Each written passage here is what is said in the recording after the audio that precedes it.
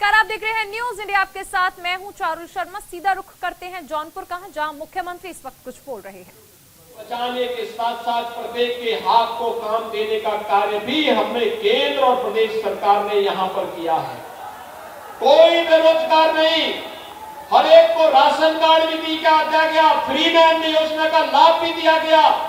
और फिर एक जनपद एक उत्पाद की योजना हो या फिर शासन की विभिन्न योजनाओं को जोड़ करके कोई हाईवे पे काम कर रहा था, कोई एक्सप्रेस वे पे काम कर रहा था, कोई गांव में ही चलने वाले विभिन्न प्रकार के कार्यक्रमों को कर रहा था। और अब तो हम लोगों ने त्रिस्तरीय पंचायत के प्रतिनिधियों के मानदेय के साथ साथ उनके अधिकार को भी बढ़ाने का काम किया। गांव के अंदर विकास के कार्य के लिए बहुत इंतजार नहीं करना पड़ेगा।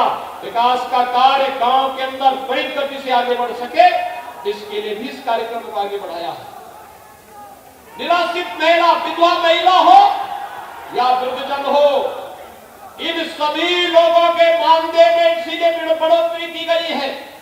दिव्यांगजन हो, हमारे यहाँ किसी व्यक्ति के नाम पर नहीं, हमारे यहाँ निराश्रित जो है उस निराश्रित के नाम पर ही उसको पेंशन दी जाएगी। ऐसा नहीं होता जो पिछली सरकार करती थी, अपनी पार्टी के नाम पर बहुत जबरदस्ती खैरात बांटती थी, प्रदेश के खजाने में डकैती डालने का कार्य करती थी। भारतीय जनता पार्टी ने तो कहा कि जो गरीब है उसके साथ हम खड़े होंगे, उसके साथ हमारी संवेदना ही नहीं होगी बल्कि शासन की योजना भी होगी। और भाइयों बहनों, शासन की योजनाओं को जोड़ने के लिए ही आज हम सब यहां पर उपस्थित हुए हैं। माननीय गडकरी जी का आगमन इस जौनपुर जनपद में आज हुआ है। आज उनके द्वारा यहां पर जो बहुप्रतीक्षित मांगे आपकी थी, शिलान्यास के उन कार्यक्रमों का, चाहे वह भदोही से जौनपुर मार्ग के चौड़ीकरण का कार्य है, लगभग 400 करोड़ रुपए की लागत से कार्य होगा, इसका शिलान्यास हो रहा है। मछली शहर से भदोही मार्ग के चौड़ीकरण के कार्य पर 700 करोड़ रुपए खर्च हो रहा है, आज उसका भी शिलान्यास यहां पर हो रहा है। जौनपुर में एक मेजर ब्रिज के निर्माण की कार्रवाई, इस पर भी यहां पर आज उसका भी कार्य का शुभारंभ माननीय गडकरी जी के द्वारा किया जा रहा है। और इसके साथ ही जनपद जौनपुर से जुड़ी हुई लगभग 130 करोड़ रुपए की लागत की परियोजनाओं का शिलान्यास और लगभग 21 करोड़ की योजनाओं का यहां पर आज लोकार्पण का कार्यक्रम जनपद स्तर पर हो रहा है। पिछले दिनों हम लोग आए थे और उस समय मैंने कहा था इस सत्र में जौनपुर का मेडिकल कॉलेज भी प्रवेश के लिए तैयार हो जाएगा। और जौनपुर मेडिकल कॉलेज में इस साल MBBS के प्रथम वर्ष में बच्चों का प्रवेश का कार्य भी प्रारंभ होने जा रहा है। भाइयों बहनों, भाजपा समाधान लेकर के आती है और उस समाधान के साथ आपको जोड़ने के लिए जो कहा सो करके दिखाया।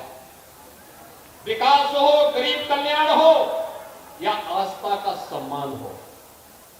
आस्था का सम्मान 13 दिसंबर को अभी आपने देखा होगा, काशी विश्वनाथ धाम का लोकार्पण प्रधानमंत्री जी के हाथों से हुआ है। आपने कितने लोगों ने इस कार्यक्रम को देखा था? कितना भव्य कार्यक्रम था। और प्रधानमंत्री जी जब आए तो पहले गंगा जी में डुबकी लगा करके मां गंगा के प्रति अपनी आस्था को व्यक्त किया, फिर बाबा विश्वनाथ जी का अभिषेक किया और फिर शिव जी की पूजा के बाद श्रमिकों का सम्मान किया। आपने देखा पहले कभी श्रमिकों का सम्मान होते हुए कभी देखा था? पिछली सरकारें करती थी क्योंकि उनको फुर्सत नहीं थी, गरीब की चिंता नहीं थी।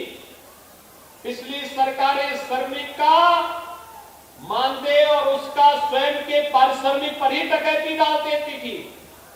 इस समय तो श्रमिक का भी सम्मान हो रहा है, किसान का भी सम्मान हो रहा है, युवा का भी सम्मान हो रहा है, बहन बेटियों को भी सम्मान किया जा रहा है और हर एक तबके को सम्मान देते हुए एक भारत श्रेष्ठ भारत की परिकल्पना को साकार किया जा रहा है। और भाइयों बहनों, काशी विश्वनाथ धाम उसका उदाहरण है। शिव की पूजा भी होगी तो राष्ट्र निर्माण में अपना खून पसीना लगाने वाला श्रमिक भी हमारे लिए सम्मानित होगा और उसको भी मंच से सम्मानित करने का कार्य होगा। प्रधानमंत्री मोदी जी ने काशी में यही किया। अयोध्या में राम जन्मभूमि पर भगवान राम के भव्य मंदिर निर्माण की कोई बात ही नहीं करता था पहले। आज आप देखते होंगे अयोध्या में भगवान राम का भव्य मंदिर के निर्माण का कार्य भी प्रारंभ हो चुका है। भव्य मंदिर के निर्माण का कार्य प्रारंभ हो चुका है। 2023 के अंत तक रांझला अपने भव्य मंदिर में विराजमान होंगे। हम सबको आशीर्वाद देंगे। हमारी पीढ़ी इस बात के लिए सौभाग्यशाली है कि प्रभु राम के मंदिर को अपनी आंखों के सामने हम सब बनते हुए देख रहे हैं। प्रभु राम को, भगवान राम के भव्य मंदिर में विराजमान होते हुए भी हम सब अपनी आंखों से देखेंगे। यही है नया भारत का नया उत्तर प्रदेश। यहां विकास भी होगा, बड़े बड़े प्रोजेक्ट भी बनाए जाएंगे, रोजगार के साथ उसको जोड़ने का कार्य भी होगा, गरीब कल्याण के कार्य भी होंगे, आस्था का सम्मान भी होगा और पेशेवर गुंडे और अपराधियों के खिलाफ एक तरफ बुलडोजर सड़क बनाने का काम करेगा, दूसरी तरफ उन माफियाओं की छाती में भी चढ़ाने का काम करेगा। 4.5 वर्ष में कोई दंगा यूपी में नहीं होता है और यही नया यूपी है। क्योंकि जब दंगा नहीं होगा, अपराध नहीं होंगे तो बड़े बड़े उद्योगपति यहां निवेश करने के लिए आएंगे। निवेश होगा तो रोजगार पाएंगे। यहां का नौजवान यहीं पर रोजगार पालेगा। और भाइयों बहनों, आज इस बड़े कार्यक्रम के साथ आप सबको जोड़ने के लिए माननीय श्री नितिन गडकरी जी, जिन्होंने उत्तर प्रदेश को पिछले 7-7.5 वर्ष के दौरान लगभग 3 लाख करोड़ रुपए की प्रोजेक्ट यूपी को दिए हैं, जिन पर कार्य युद्ध स्तर पर चल रहा है। और आज भी हजारों करोड़ रुपए के प्रोजेक्ट को यहां पर शिलान्यास के साथ और लोकार्पण के साथ जोड़ने के लिए वे स्वयं जौनपुर में आए हैं। उनके स्वयं के संसदीय क्षेत्र में उनका कार्यक्रम चल रहा है, लेकिन जौनपुर वासियों से और पूर्वी उत्तर प्रदेश वासियों के प्रति अपनी आत्मीयता को दिखाने के लिए वे आज स्वयं वहां से यहां आए हैं। कार्यक्रम के बाद फिर सायंकाल वापस फिर अपने संसदीय क्षेत्र में जाएंगे। मैं इस अवसर पर एक बार फिर से माननीय नितिन गडकरी जी का जौनपुर वासियों की ओर से, मछली शहर वासियों की ओर से और पूर्वी उत्तर प्रदेश और उत्तर प्रदेश के नागरिकों की ओर से हृदय से स्वागत करता हूं, अभिनंदन करता हूं। आप सब मेरे साथ बोलेंगे, नमः पार्वती पतिये हर हर, भारत माता की जय जय श्री राम। मुख्यमंत्री योगी आदित्यनाथ को जौनपुर से सुन रहे थे आप। मिशन पूर्वांचल पर हैं मुख्यमंत्री योगी आदित्यनाथ और सबसे अहम चीज की विकास की रफ्तार रुकने वाली नहीं है। ये बातें उन्होंने मंच से कही और बताया कि किस तरह से कोरोना से डरने की जरूरत नहीं है, क्योंकि कोरोना की मुफ्त वैक्सीन सभी को दी जाएगी।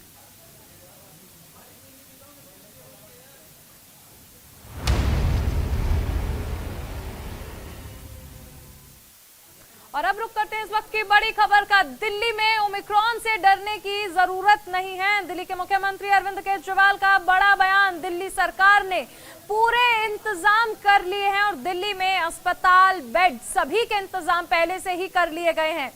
केजरीवाल ने ये बातें कही हैं और साथ ही कहा कि केंद्र सरकार बूस्टर डोज की इजाजत दे दे तो स्थितियां और भी ठीक हो सकती हैं। इस वक्त की बड़ी खबर आपको बताई जा रही है। दिल्ली के मुख्यमंत्री अरविंद केजरीवाल ने ओमिक्रॉन से डरने की जरूरत नहीं है, इस बात की नसीहत दी है। बिल्कुल क्या क्या प्रॉब्लम्स हो सकते हैं, हमें क्या क्या स्टेप्स उठाने हैं, इन सारी चीज़ों के ऊपर कई एक्सपर्ट्स को भी बुलाया गया था, उनके साथ चर्चा हुई। तो एक तो एक्सपर्ट्स ने ये बताया कि ओमिक्रॉन फैलता बहुत तेज़ी से है, बहुत ज़्यादा तेज़ी से फैलता है, लेकिन इसके सिम्टम्स बहुत माइल्ड है। बुखार थोड़ा सा होता है, तो बहुत माइल्ड सिम्टम्स हैं, इसमें हॉस्पिटलाइजेशन भी कम होता है और डेथ्स के भी काफ़ी कम चांसेस हैं। सबसे पहले मैं दिल्ली के सभी लोगों को ये कहना चाहता हूँ कि घबराने की बिल्कुल ज़रूरत नहीं है, पैनिक करने की बिल्कुल ज़रूरत नहीं है।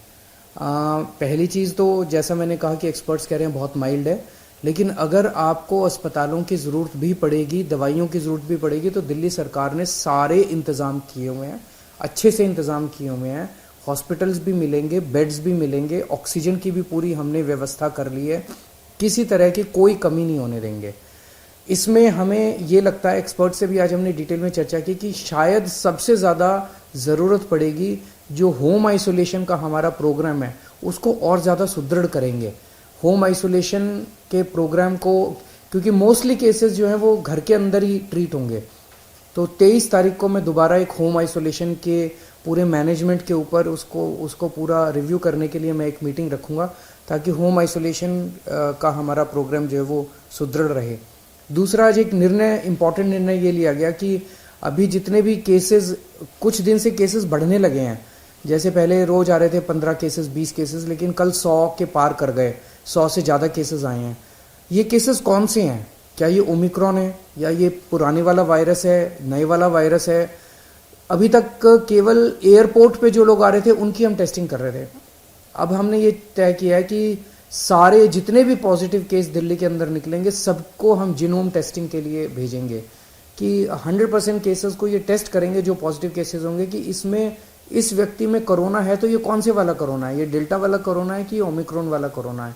ये आज निर्णय लिया गया। इससे पता चलेगा कि दिल्ली के अंदर अगर बढ़ रहे हैं केस तो ये कौन सा केस दिल्ली के अंदर बढ़ रहे हैं।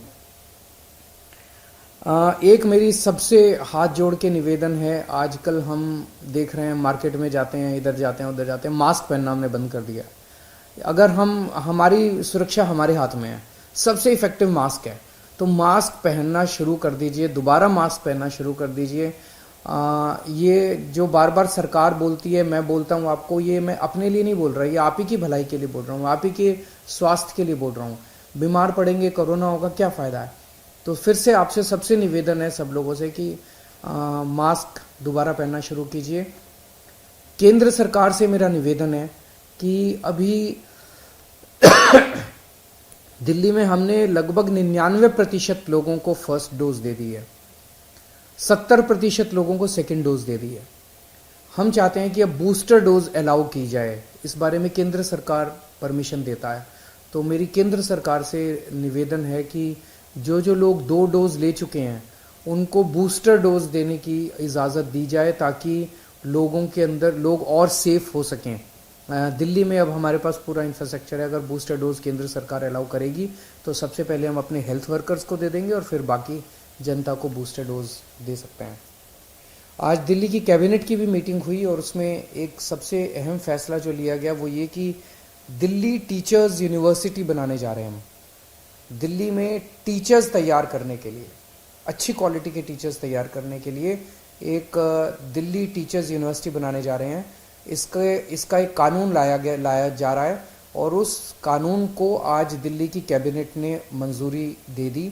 आने वाले विधानसभा का जो भी सत्र होगा उसमें दिल्ली टीचर्स यूनिवर्सिटी बिल को पेश किया जाएगा। हमारा मकसद है कि एक्सीलेंट क्वालिटी के टीचर्स इस यूनिवर्सिटी के द्वारा तैयार किए जाएं। इसमें इंटीग्रेटेड कोर्स दिए जाएंगे। 4 year integrated teacher education programme होगा 12वीं के बाद। इसमें BA BEd, BSc BEd, BCom BEd, तो एक तरह से न्यू जनरेशन टीचर्स इसमें तैयार किए जाएंगे। और जब बच्चे इस यूनिवर्सिटी में पढ़ रहे होंगे उनको दिल्ली सरकार के स्कूलों के साथ अटैच किया जाएगा, तो उनको ऑन द जॉब ट्रेनिंग साथ साथ मिलती रहेगी। थ्रू आउट उनके 4 साल के पीरियड में वो स्कूल्स के साथ भी अटैच रहेंगे, तो वो प्रैक्टिकल ट्रेनिंग भी उनको बहुत अच्छे से मिलेगी और वो उनकी थ्योरेटिकल ट्रेनिंग भी वहाँ पे लेंगे।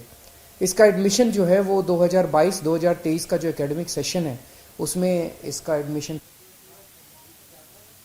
अभी रुकेंगे एक छोटे से ब्रेक के लिए। ब्रेक के बाद आपको बताएंगे कि किस तरह से देश में बढ़ रहा है ओमिक्रॉन का खतरा। देश में ओमिक्रॉन की रफ्तार लगातार बढ़ रही है। इस वक्त की बड़ी खबर आपको बताई जा रही है।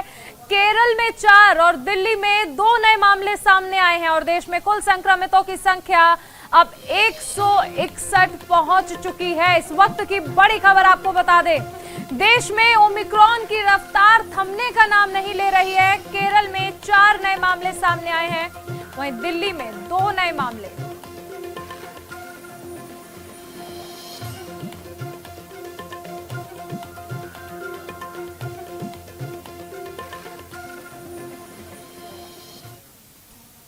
यूपी में फोन टेपिंग को लेकर सियासी घमासान मचा हुआ है। केशव प्रसाद मौर्य का अखिलेश यादव पर जुबानी हमला एक बार फिर से सामने आया है।